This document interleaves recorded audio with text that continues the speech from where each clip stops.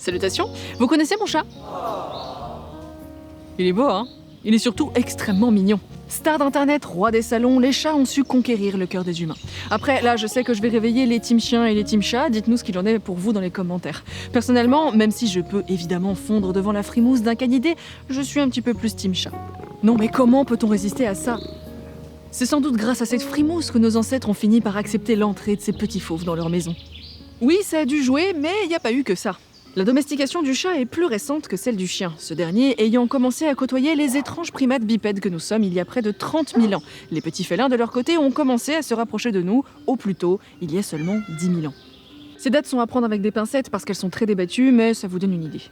Aujourd'hui, on considère que l'espèce Felis sylvestris est divisée en 5 sous-espèces de chats sauvages. Felis sylvestris ornata, ou chat orné, le chat sauvage asiatique.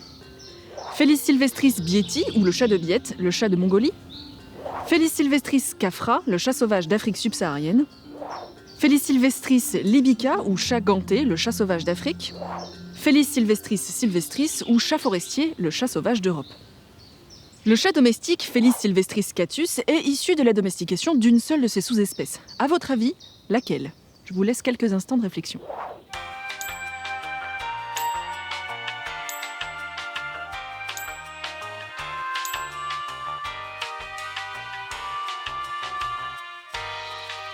Si comme moi, avant d'écrire ce script, vous avez répondu un peu trop vite, vous avez sans doute pensé au chat forestier, le chat sauvage d'Europe. Par contre, si vous avez répondu Felis sylvestris libica, donc le chat sauvage d'Afrique, vous êtes trop fort. Et si d'un premier abord cette réponse peut sembler surprenante, en fait, elle est très logique. Comme je vous le disais plus tôt, la domestication du chat date d'environ 10 000 ans. On en veut pour preuve des découvertes archéologiques de sépultures datant de plus de 9 000 ans qui présentent des ossements de chats placés intentionnellement aux côtés de ceux d'humains, ce qui montre que déjà à cette époque, le chat avait une place particulière dans nos foyers. Remonter 9 000 ans en arrière nous plonge dans la période du néolithique qui a été marquée par de grandes mutations techniques et sociales. Parmi elles, la sédentarisation, l'élevage et l'agriculture. C'est dans une région en particulier, appelée le Croissant fertile, que les céréales ont été domestiquées. Et qui dit culture de céréales dit stock de grains, qui dit stock de grains dit rongeur, et qui dit rongeur dit chat. Et quelle sous-espèce était présente dans cette région du globe? Felis sylvestris libica. C'est donc cette sous-espèce qui a été domestiquée et diffusée au travers des voyages des humains par la terre, comme par la mer. Le processus de domestication n'a pas tellement changé le comportement de nos compagnons, ce sont toujours des chasseurs solitaires et territoriaux. Ça n'a pas trop changé non plus leur morphologie, si ce n'est peut-être au niveau de la fourrure, les chats sauvages étant le plus souvent tigrés et les domestiques plutôt tachetés. Même au niveau génétique, les différences sont ténues entre Felis sylvestris libica et le chat domestique, cela est certainement dû aux nombreux échanges entre eux. Comprenez par là qu'ils se reproduisent les uns avec les autres. Tout ça pour dire que l'adorable créature qui ronronne sur vos genoux et crache des boules de poils sur vos tapis est un animal très proche de ses cousins sauvages, si proche qu'il est légitime de se demander si les chats sont véritablement domestiqués. Il n'est d'ailleurs pas rare d'observer des chats domestiques revenir à la vie sauvage, devenant alors ce que l'on appelle des chats arrêts ou chats féraux. Et ils se débrouillent très bien. En effet, les chats sont l'incarnation même du mignon mais redoutable. Leur anatomie leur confère de nombreux atouts pour attraper leur proie. Déjà, nos petits félins sont dotés d'une grande souplesse. Cela leur vient de la structure de leur squelette. Leurs clavicules, rattachées au sternum par un unique ligament, sont si petites que l'on peut considérer qu'ils n'en ont tout simplement pas. Cela leur donne une grande mobilité des épaules qu'ils peuvent alors mouvoir indépendamment l'une de l'autre. Mais au-delà de ça, c'est surtout leur colonne vertébrale qui montre une grande flexibilité, ce qui donne la possibilité aux chats, déjà, de pouvoir dormir dans des positions improbables, mais surtout, elle leur permet par exemple de retomber sur leurs pattes en cas de chute. C'est en initiant un mouvement de retournement qu'ils parviennent à réaliser cette prouesse, chose qui ne serait pas possible sans cette grande souplesse. Mais ce squelette ne serait pas aussi efficace s'il n'était pas couplé avec une musculature puissante. Ainsi, ils sont capables d'effectuer des pics de vitesse en course de 48 km/h, faire des sauts en longueur qui peuvent aller jusqu'à 4 fois leur taille, ou sauter du haut de 2 étages et se réceptionner sans problème, les muscles de leurs pattes jouant un rôle de ressort qui amortissent les chocs. Il est important de citer aussi l'oreille interne des chats qui abrite un système vestibulaire particulièrement développé, le système vestibulaire étant un organe sensoriel qui contribue à la sensation de mouvement et à l'équilibre.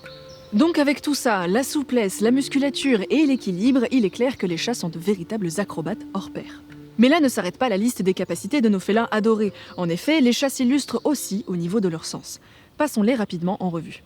D'abord, l'ouïe. Bien évidemment, là-dessus, les chats nous battent à plat de couture. Leur ouïe s'étend de 48 Hz à 85 000 Hz, ce qui leur confère une des gammes auditives les plus larges parmi les mammifères. Bien que leur audition soit particulièrement efficace dans les hautes fréquences, cela ne se traduit pas par un sacrifice de leur sensibilité aux basses fréquences. De notre côté, notre oreille ne perçoit les fréquences sonores qu'entre 20 et 20 000 Hz au mieux. Mais en plus d'entendre les sons sur une fourchette de fréquences plus large que nous, ils ont aussi une bien meilleure ouïe directionnelle, c'est-à-dire qu'ils sont plus efficaces pour déterminer d'où provient un son.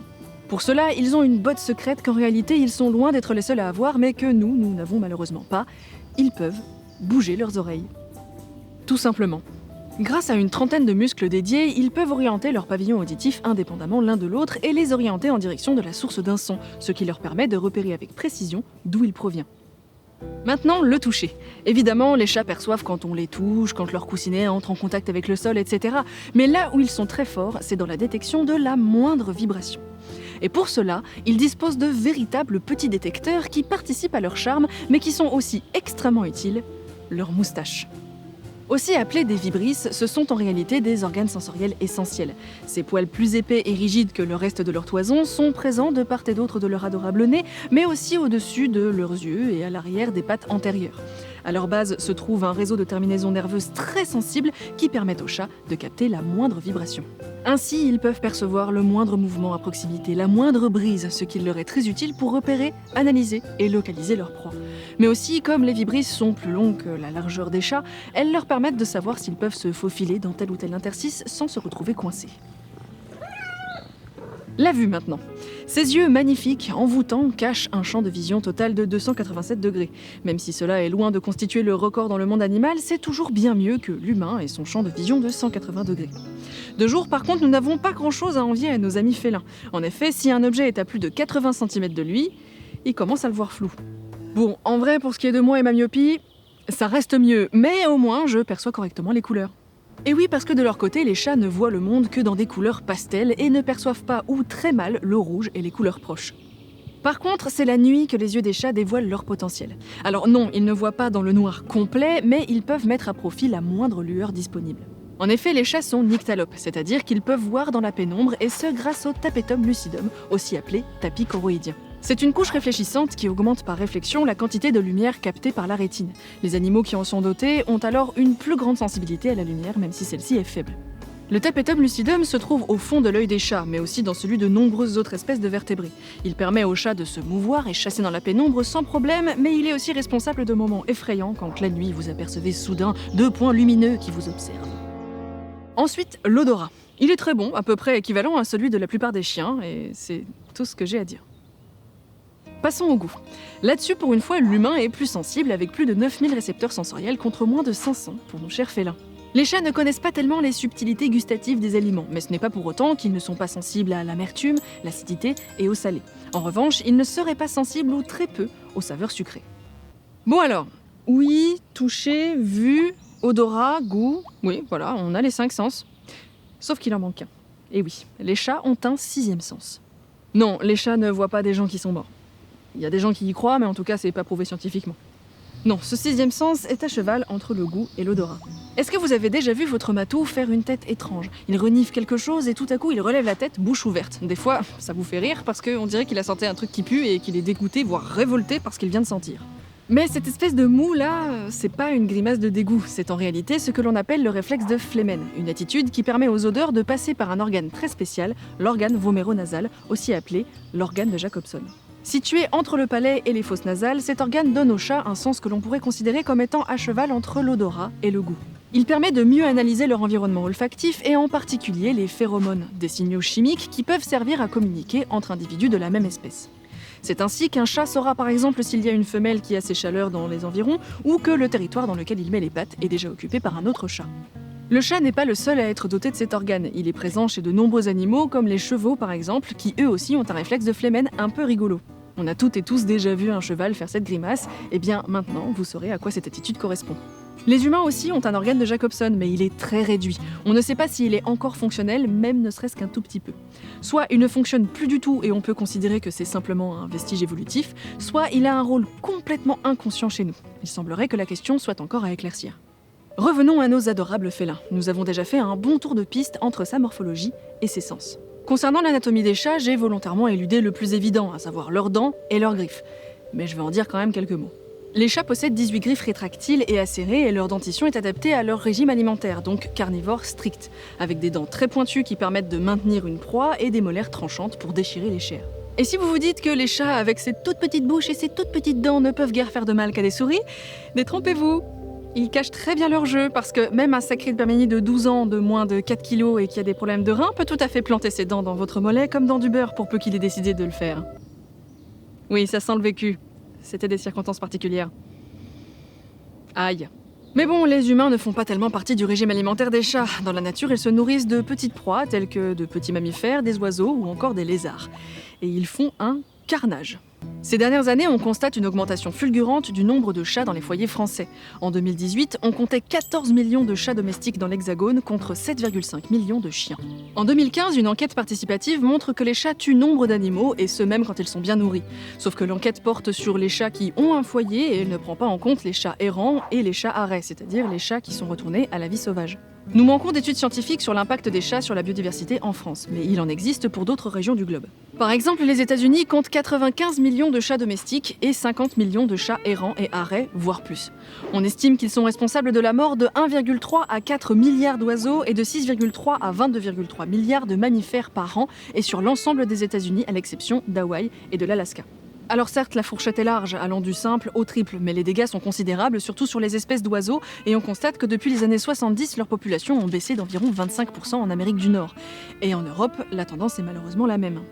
Leur habileté et leur tendance à tuer des proies même quand ils n'ont pas faim font des chats de redoutables prédateurs. Ajoutez à cela le fait que ces animaux ont 2 périodes de reproduction par an, où ils peuvent avoir une quinzaine de petits par portée, et vous avez un parfait modèle d'espèce invasive. Ainsi, les chats sont classés parmi les 100 pires espèces invasives au monde, et certaines parties du globe en font particulièrement les frais. Sur les îles où l'équilibre de la biodiversité est le plus fragile, les chats sont la cause ou ont fortement contribué à la disparition d'au moins 14% des extinctions modernes d'oiseaux, petits mammifères et reptiles. L'Australie, où on ne compte plus le nombre d'espèces introduites qui posent problème, est aussi touchée. Là-bas, comme partout sur la planète, les chats ont été introduits par l'humain et sont une menace de plus pour les espèces endémiques de l'île, à tel point qu'il a fallu opter pour des solutions radicales. C'est ainsi qu'entre 2015 et 2020, l'Australie a dû abattre 2 millions de chats errants pour endiguer le problème. Mais bien évidemment, ce n'est pas du tout la solution miracle et le problème est toujours présent. Pour ce qui est de la France, nous ne disposons pas de chiffres précis, mais il est aisé d'imaginer les dégâts que peuvent faire ces petits carnivores sur les populations d'oiseaux, de petits mammifères et autres, sans parler des populations de chats sauvages. Bah oui, parce que comme je vous le disais, il existe des espèces de chats sauvages à travers le monde, et en Europe, c'est le chat forestier qui fait les frais de cette invasion. De par les croisements avec les chats arrêts, donc les chats domestiques revenus à l'état sauvage, on constate le déclin de l'espèce, mais aussi à cause des maladies qu'apportent ces mêmes chats inconnus dans le milieu sauvage et qui entraînent une mortalité accrue chez les chats forestiers. Bon, tout ça, ça ressemble pas mal à un communiqué du CCC, le comité contre les chats. Mais même si c'est difficile à entendre, il faut voir la vérité en face. Nos petits compagnons à moustache sont des désastres écologiques. Alors que faire pour limiter leur impact à notre échelle ? Bien sûr, il y a des aménagements qui peuvent être faits pour protéger la biodiversité dans votre jardin. Mais le plus important, c'est peut-être de ne pas abandonner votre animal. Je sais pas comment les gens peuvent faire ça sans se retourner. Alors oui, il y a des cas où des personnes ne peuvent vraiment plus assumer leur animal et doivent s'en séparer. Mais vous allez pas me faire croire que c'est le cas pour les 16 894 animaux abandonnés et recueillis par la SPA en France entre début mai et fin août 2021. Et il ne s'agit que des chiffres de la SPA. Et ce ne sont que les animaux qui sont pris en charge.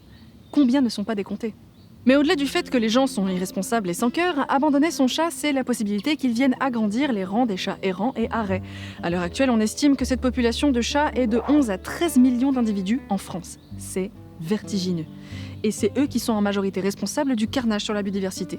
Un chat domestique donc nourri tue en moyenne 27 proies par an, alors qu'un chat arrêt en tue plus de 1000.